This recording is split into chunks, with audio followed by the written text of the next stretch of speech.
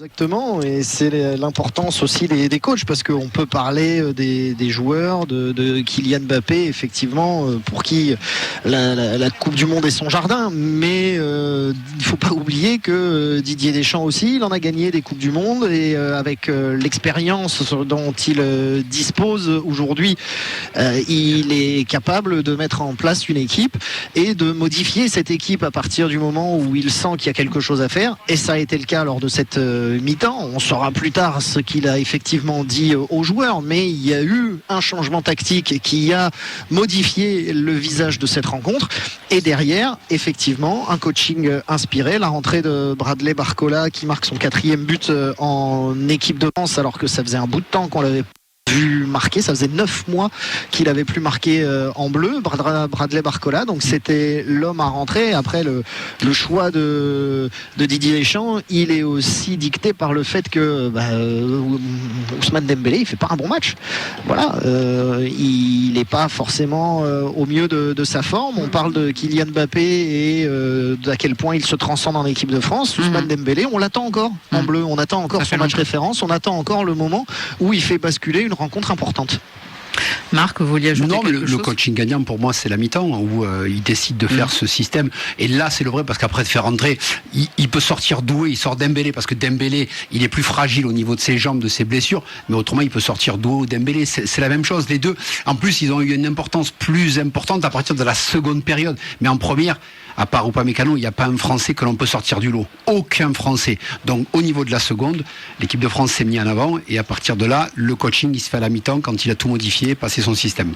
On va prendre la direction du Grand Rex à Paris. Vous le savez, le cinéma, le vieux et grand cinéma datant des belles années du début du siècle, organise, quand il y a des matchs importants, des grandes soirées. Il l'a fait pour la finale de la Ligue des Champions, et ce soir il le faisait pour France-Sénégal, où se trouve notamment notre envoyée spéciale Anne Dufour-Cornillet. Bonsoir Anne. Bonsoir Annie, bonsoir à tous. Alors Anne, racontez-nous un peu cette soirée, comment c'était, parce que rien que dans notre bureau c'était tendu, j'imagine que là-bas aussi. Eh bien, nous, c'était pas vraiment tendu, c'était plutôt très festif. Il y avait autant de Sénégalais que de Français. Il y en avait même qui étaient franco-sénégalais. Alors là, ils avaient le choix. Mais c'était plutôt bonne ambiance. Il y avait beaucoup de familles, beaucoup d'amis. Alors la salle était remplie. Je pense que j'ai perdu un petit peu d'audition tellement ça criait. Je n'ai jamais vu un cinéma aussi bruyant. Et là, je suis avec, on vient de sortir du cinéma, et je suis avec Yuri, une Sénégalaise, une supporter sénégalaise, et David, qui sont amis. Donc David est franco-guinéen, et ils vont nous raconter comment ça s'est passé pour eux. Ça a beaucoup crié quand même, Yuri. Oui, alors dans l'ensemble ça s'est quand même très bien passé. Il y avait quand même une grosse ambiance. Je suis un peu déçu parce que on a perdu 3-1, mais je suis quand même fier des Lions de la Teranga, parce que franchement on s'est donné à fond. On a su quand même mener le jeu la plupart du temps. Donc non, je suis très contente, et j'espère quand même qu'on va passer les poules. Mais sinon, dans le cinéma, très grosse ambiance, plein de bienveillance, et non, franchement c'était trop bien. Et vous, David ? Ouais, je passais un bon moment. Je pense un meilleur moment couru. C'était vraiment un match très serré. Au départ, on a eu pas mal de chance. C'est un peu du coup du sort avec le poteau en début de match. Et donc je suis très content qu'on l'emporte 3-1. Surtout contre l'équipe du Sénégal, les champions d'Afrique. Oh. Sur le terrain. les champions d'Afrique qui finalement ont vraiment donné du fil à retordre à l'équipe de France. Et comment vous avez trouvé le fait d'être dans un cinéma avec un très très grand écran, le plus grand écran des cinémas français? Comment vous avez ressenti ça? Alors au tout début j'appréhendais parce que je connaissais pas trop, parce que je suis jamais partie voir un match de foot dans une salle de cinéma, donc je savais pas vraiment ce qui m'attendait, mais je suis super contente parce que franchement il y avait vraiment une bonne ambiance, c'était une bonne expérience, et franchement si c'était à refaire, je le referais. Ça change des fan zones. Oui, complètement. Et dans l'ambiance c'était incroyable. Il me semble qu'à la 60e, le serveur a coupé et tout le monde a crié remboursement. Mais à part ça, c'était vraiment magnifique. Oui, il y avait juste ce petit moment-là qui était un petit peu tendu quand l'écran effectivement a failli s'éteindre, mais à part ça, c'était vraiment une très très bonne ambiance ici au Grand Rex. Tous les étages étaient pleins. Beaucoup de Sénégalais au deuxième étage, un petit peu aussi en bas, mais voilà, c'était un petit peu séparé comme ça. Merci beaucoup Anne et merci à vos invités, à Yuri et David, et on continue donc la compétition, que ce soit les Sénégalais ou les Français. Merci beaucoup. Un petit mot peut-être avec vous, Chérif, sur l'équipe du Sénégal. Elle a peut-être pas été en deuxième mi-temps alors qu'elle était sur une très bonne lancée. Peut-être qu'en deuxième mi-temps, je sais pas, surprise par le changement tactique? Non, quand même pas. Non, je pense qu'il y a eu des belles initiatives en première mi-temps, il y a eu des belles fulgurances, mais c'est pour ça que je maintiens mon jugement sur la comparaison entre l'équipe de France et le Sénégal, c'est que la France a su montrer des vrais temps forts de possession avec des actions dangereuses.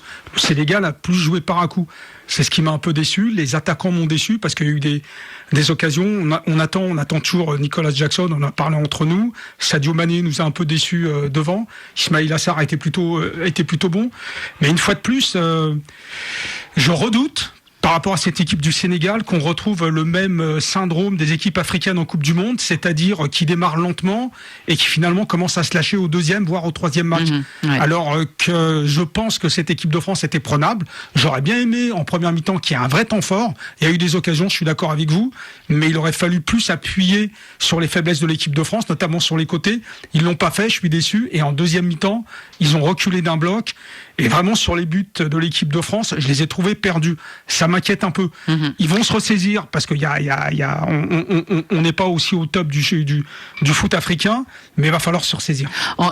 Ces gars, vous qui connaissez bien les Parisiens, Ibrahim Ndiaye, qui rentre assez tardivement et qui marque un but incroyable.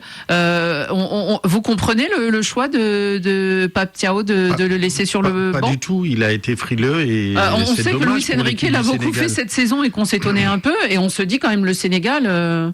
Et même Iliman Ndiaye qui est sur le banc, je l'aurais préféré à Nicolas Jackson parce que voilà, face à de gros gabarits, ça aurait été beaucoup plus difficile à cerner des joueurs qui vont vite et qui ont de la qualité comme ces deux-là. Mais évidemment, si ça ne marche pas en première mi-temps, dès la reprise, peut-être changer pour essayer de déstabiliser ce que Deschamps a réussi à faire avec ce milieu renforcé qui a permis aux Français de mettre le pied sur le ballon.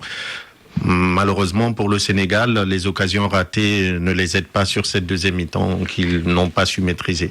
Sur la deuxième, le rajustement tactique de Deschamps, malheureusement, il n'arrive pas à récupérer puisqu'ils se font bouger au milieu de terrain. On va quand même rappeler qu'à 2-1, il y a une occasion où Mike Maignan sauve sur sa ligne. Parce qu'autrement, il y a peut-être 2-2, ça on l'oublie aussi, avant qu'il y ait le troisième but de Kylian Mbappé. Donc, Chérif, je trouve très dur avec eux, parce que pour moi, ils ont joué leur carte à fond. Ils auraient mérité. Tu dis, ils n'ont pas profité en première période, même en seconde, ils sont encore passés sur les côtés, ils ont fumé les latéraux français. Moi, je suis très inquiet pour l'équipe de France. Offensivement, on n'aura pas de problème. Le Sénégal, la partition, ils sont un petit peu malheureux. Certes, que ce soit Ndiaye ou Mbaye, peut-être qu'on les fait. Alors, il y a peut-être là l'expérience, le manque d'expérience d'une grande compétition de Coupe du Monde, peut-être. Mais en tout cas, je pense qu'avec une victoire aussi, ils sont capables de sortir. Une petite réponse courte, Chérif? Oui, très très courte. Moi, ce qui m'a vraiment impressionné avec l'équipe du Sénégal lors de la dernière CAN, c'est comment ils arrivent progressivement à prendre l'emprise sur le jeu et marquer des temps forts qui font reculer la CAN, l'adversaire. c'était il y a 6 mois, Kiki. Mais non, même pas, c'était il y a 3 mois. Façon de parler. Peu importe. Le match de hier, c'est pas le même que ce soir, donc tu peux pas comparer une CAN avec l'ambiance. Je regrette que le Sénégal n'ait pas eu l'emprise sur le jeu comme on a pu le voir encore récemment. C'est tout. Antoine Grenier, pour terminer, les Français ont donc 3 buts, 3 points. La suite, ça sera face à l'Irak. Et voilà, exactement, les Bleus qui affronteront l'Irak à Philadelphie. Ça sera dans 6 jours, parce que cette Coupe du Monde, on a le temps de récupérer, on a beaucoup de temps pour récupérer, pour le confirmer cette victoire face aux Sénégalais. Pour le Sénégal, ça sera le 23 le même jour, lundi. 22 pour nous, mais le 23 pour vous. On essaie d'être un petit peu à l'équilibre. Ça sera ici toujours à New York, dans ce stade du MetLife Stadium. Il faudra peut-être que Pape Thiaw regarde un petit peu, re-regarde ce match face à l'équipe de France pour essayer de trouver le réalisme qui a manqué, et puis pour réagir un petit peu plus vite, parce que le premier changement sénégalais, il intervient à la 75e minute. C'est tard, c'est-à-dire que vous avez quand même pratiquement une demi-heure où vous subissez, vous êtes à l'agonie et vous n'avez pas de réponse à apporter tout de suite. Donc il a attendu de prendre un but avant de vraiment réagir. Voilà, c'est aussi ça, les coachs doivent avoir eux aussi l'expérience des grands rendez-vous. Pape Thiaw, il a une CAN derrière lui, une Coupe du Monde désormais à conquérir, à essayer de progresser pour faire progresser son équipe. Réponse attendue rapidement face aux Norvégiens. Merci beaucoup Antoine Grenier d'avoir été en direct avec nous toute cette soirée, depuis la première édition de Radio Foot International, en direct de New York avec les moyens techniques de Benjamin Availlou. Et on va vous retrouver parce que je crois que cette petite annonce, elle vous a plu, non ? Je vais sûrement devoir m'y faire. Je pense que c'est ça l'enjeu, c'est que je m'y fasse. C'est la punition des envoyés spéciaux, vous le savez bien dans Radio Foot. Si on regarde sur la physionomie du match, si on était plus efficace, on pouvait partir à la mi-temps avec 1 ou 2 buts à 0. Mais maintenant, voilà, la France a été plus efficace que nous. Voilà, en deuxième mi-temps, le match sur le cours de la deuxième mi-temps, on a eu fait des erreurs. Donc sur toutes les occasions presque qu'ils ont eues, c'est des pertes faciles. Donc voilà, ils nous ont posé des problèmes avec la palette technique qu'il y a dans cette équipe. On ne pouvait pas se permettre ça. Voilà, maintenant, il faut les féliciter. Il nous reste 2 matchs à aller jouer pour chercher les 6 points.